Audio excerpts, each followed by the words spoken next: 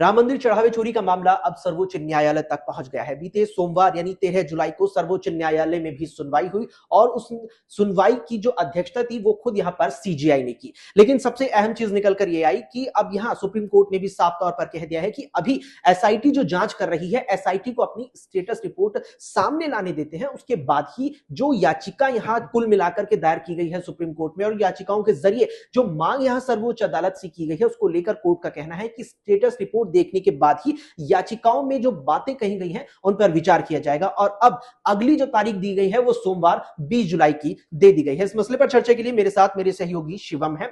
शिवम, पूरा मामला अब यहां और भी ज्यादा तूल पकड़ता नजर आ रहा, लगातार सवाल उठ रहा था, यहां पर लोग भी यहां मांग करते नजर आ रहे थे। जी मीडिया के भी लगातार संवाददाताओं ने जब यहां स्थानीय लोगों से, जगह जगह और देश के कई इलाकों में लोगों से बातचीत की, लोगों का मानना था कि मामला कोर्ट में भी जाना चाहिए। और कुल मिलाकर के 4 जो याचिकाएं हैं वो यहां सुप्रीम कोर्ट पहुंची और उन चारों याचिकाओं पर अभी तक कोई सुनवाई नहीं हुई थी। सीजीआई की अध्यक्षता में जो सुनवाई हुई है उसमें साफ तौर पर कह दिया गया है कि अभी स्टेटस रिपोर्ट सौंपने देते हैं यहां पर जो एसआईटी जांच कर रही है। अब पूरा मामला क्या लगता है अब तक? देखिए, सुप्रीम कोर्ट में मामला पहुंच चुका है और हम सभी ये मांग कर रहे थे कि सुप्रीम कोर्ट में ये मामला जाना चाहिए। और जो 4 लोगों ने पिटीशन दाखिल करी थी सुप्रीम कोर्ट में, उनकी जो मांग थी अभी उस पर विचार नहीं किया है। सुप्रीम कोर्ट ने अभी स्टेटस रिपोर्ट मांगी है और ये जानने की कोशिश कर रही है सुप्रीम कोर्ट कि अभी तक ये मामला कहां तक पहुंचा है और एसआईटी की जांच कहां तक पहुंची है और कितनी पारदर्शिता के साथ ये जांच हो रही है। और उसके बाद ही ये विचार करी जाएगी कि जो पिटीशन में जो 4 लोगों ने याचिका दाखिल की उनकी उस पर विचार करेंगे जब ये रिपोर्ट सुप्रीम कोर्ट देख लेगा। और अब बात करते हैं इस मामले को लेकर कि इस मामले में अब जो है आप देखिए एसआईटी की जो जांच है अब पूरी तरीके से एक तरह से डेडलाइन आ चुकी है। बिल्कुल। अब वो अपनी रिपोर्ट सरकार को देगी। उससे पहले जो इस पे बात हो रही थी कि चंपत राय, गोपाल राव और अनिल मिश्रा पे, क्योंकि इनसे देखिए लगातार पूछताछ हो रही है। कल भी और परसों भी दो बार पूछताछ हो चुकी है। जो अब तक चंपत राय बहुत हाईलाइट हैं इस पूरे मामले को लेकर और उसके बाद अनिल मिश्रा, फिर गोपाल राव। पर ये देखना बड़ा दिलचस्प है क्योंकि अभी तीनों एक्टिव हैं। जैसे लग रहा था कि ये मामला हाईलाइट होने के बाद जो नीचे की कड़ी है, जैसे गोपाल राव हो गए, अनिल मिश्रा हो गए, ये चंपत हो सकते हैं, मतलब गायब हो सकते हैं इस मामले, पर अभी तक ये कहीं गए नहीं है। अभी तक सामने है ही, पूरे मामले में नजर बनाए हुए हैं। और सबसे बड़ी बात, गोपाल राव जो हैं उस पर एक अभी हमारे जो संवाददाता हैं वो बता रहे थे कि गोपाल राव हैं वो मीडिया से भी बात कर रहे हैं। ऐसा नहीं है कि मीडिया के सवालों से बच रहे हैं। हाँ। पर वो जो विवादित सवाल हैं, जो मीडिया जानना चाहता है, जो हम जानना चाहते हैं, जो हमारे दर्शक जानना चाहते हैं, जो सीधे सवाल है कि आखिर पैसा और सामान गया कहां, हाँ, वो उससे वो बच रहे हैं। वो उसका वो जवाब नहीं दे पा रहे हैं, वो गोलमोल जवाब दे रहे हैं। तो अभी ये जानना होगा। बाकी चंपत राय और क्या नाम है, अनिल मिश्रा, वो मीडिया से बचते हुए नजर आ रहे हैं। बाकी जो और चीजें हैं, जैसे कुछ तक अभी तक क्या था कि जो आईडी कार्ड इशू किए जाते हैं मंदिर, मतलब जहाँ पे कर्मचारियों को लेकर, जब ये चढ़ावे का चोरी का मामला जब सामने आया उसके बाद भी ये लोग एक्टिव थे, मतलब एक तरह से रसूख था इनका अभी भी। पर जब ये मांग उठने लगी और ये चीजें बाहर निकल कर आई, पब्लिक डोमेन में आ गई कि ये लोग अभी भी एक्टिव हैं और इन पर आरोप लग रहे हैं, तो फिर वो जो दबाव पड़ा पब्लिक का और मीडिया का दबाव लगा, तो उसके बाद इनके जो आईडी कार्ड हैं वो रद्द कर दिए गए हैं। अब ये दूसरे को अपना आईडी कार्ड इशू नहीं कर सकते। मतलब क्या था कि इनके पास एक एक्सेस दिया गया था आईडी जारी करने के लिए, लोगों को आईडी देने के लिए। वो बिना रोक टोक मंदिर के अंदर जा सकते हैं, मंदिर किसी को भी आईडी दे सकते थे, आईडी कार्ड बना के दे सकते थे। पर अब जब पब्लिक डोमेन में बात आई और विरोध हुआ उसका, उसके बाद ही ये आया है कि अब इनकी भी वो आईडी निष्क्रिय कर दी गई है। अब ये किसी को आईडी जारी नहीं कर सकती। अब ये नॉर्मल इंसान के तरीके हो गए हैं, जो नॉर्मल श्रद्धालु जो होते हैं उनके तरीके हो चुके हैं।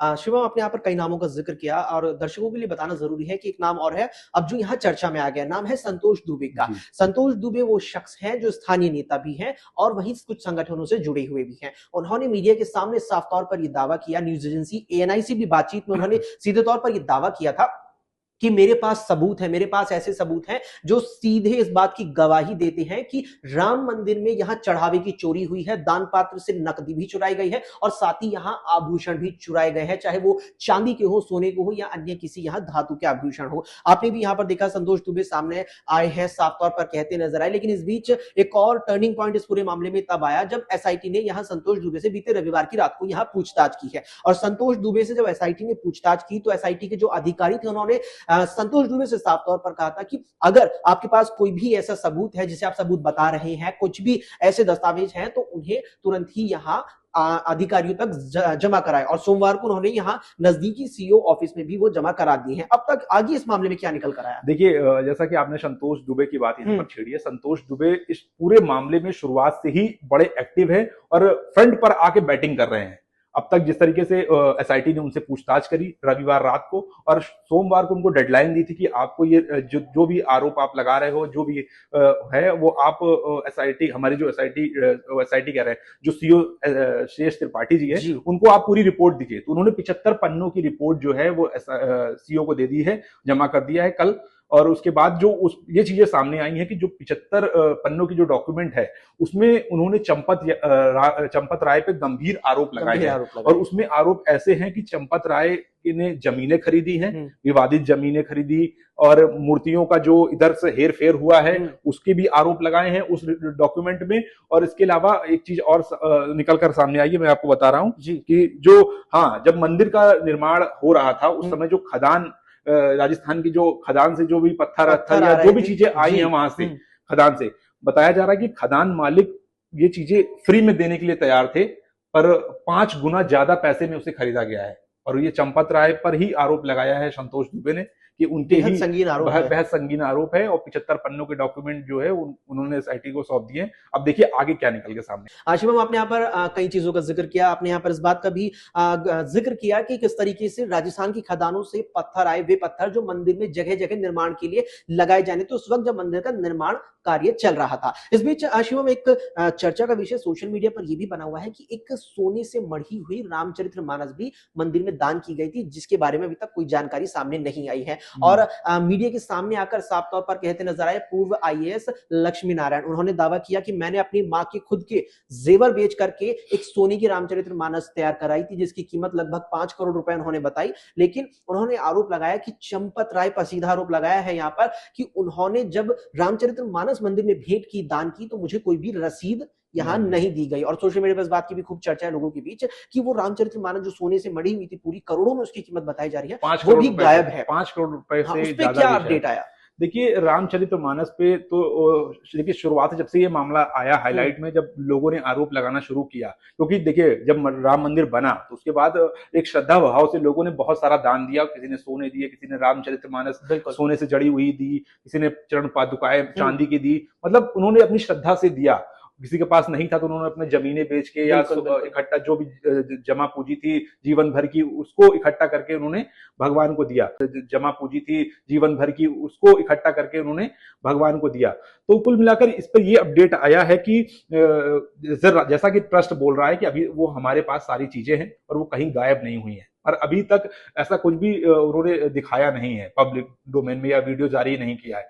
और इस बीच ये भी एक खबर आ रही है कि ट्रस्ट जनता का भरोसा और राम भक्तों का भरोसा जीतने के लिए कुछ जो चीजें हैं, जो बहुत महंगी चीजें हैं, लगभग करोड़ों में है या बहुत ज्यादा उनकी कीमत है, उसको पब्लिक को वापस करना भी चाह रही है। इस पे विचार कर रही है। विचार किया जा रहा है ट्रस्ट। सूत्रों से मिली जानकारी के अनुसार वो ये है कि वो मतलब एक तरह से भरोसा जीतने के लिए और दिखाने के लिए कि हाँ मेरे पास रखा हुआ है। और राम मंदिर ट्रस्ट ये भी दिखाना चाह रहा है कि हमारे पास मतलब गर्भगृह में रखने की जगह नहीं है, इतना चढ़ावा आया, और हम इसलिए चाहते हैं कि जैसा कि आप लोगों को ही वापस कर दिया जाए, जिसने जो चढ़ाया है वो पूरी चीजें वापस कर दी जाए। हाँ, मोस्टली चीजें वापस कर दी जाए, कुछ चीजें रखी जाएंगी, बाकी जो विवादित हैं, जिसपे विवाद हो रहा है, उनको शायद वापस भी कर सकते हैं, वापस कर सकते हैं। इस बीच यहाँ पर अब चर्चा जो है, मामला जो है वो यहाँ सर्वोच्च अदालत में भी पहुंच गया। जैसे कि हमने पहले भी आपको बताया वीडियो की शुरुआत में कि बीते सोमवार की 13 जुलाई को सर्वोच्च अदालत में यहाँ सुनवाई हुई और इस मामले को लेकर अब तक कुल 4 याचिकाएं दायर की जा चुकी है। हालांकि इन चारों याचिकाएं पर अब तक कोई सुनवाई कोर्ट ने नहीं की है।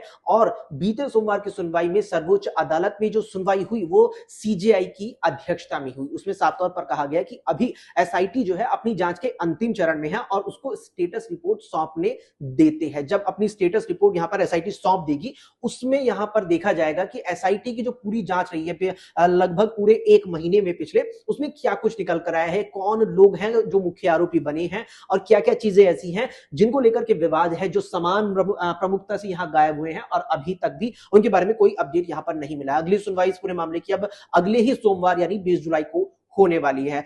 शिवम, वीडियो की एंडिंग करेंगे, एक आखिरी में एक सवाल लेना चाहूंगा, दर्शकों के मन में भी ये सवाल होगा कि यहाँ पर कई नाम हैं जो चर्चा में बने हुए हैं और प्रमुखता से वो नाम जिन 7 लोगों के खिलाफ यहाँ पर एफआईआर हुई थी।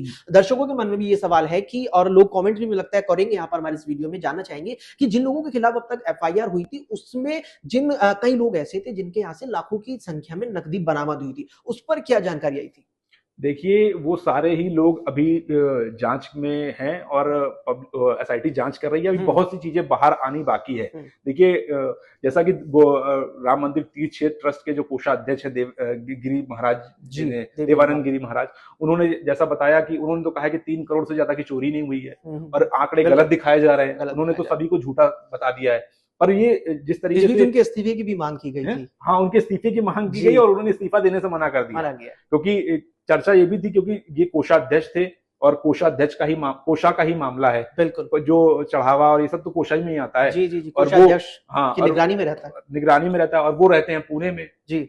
उनका सुनने में आता है कि उनके सीए आते थे और ये जांच करके चले जाते थे, सतह पे जांच करते थे और कि हाँ सब ओके है और चले जाते थे। अब इतना बड़ा मामला हो गया है, मतलब बड़ा कांड हो गया है, इतना, हाँ, वो कांडी हो गया पूरी तरीके से।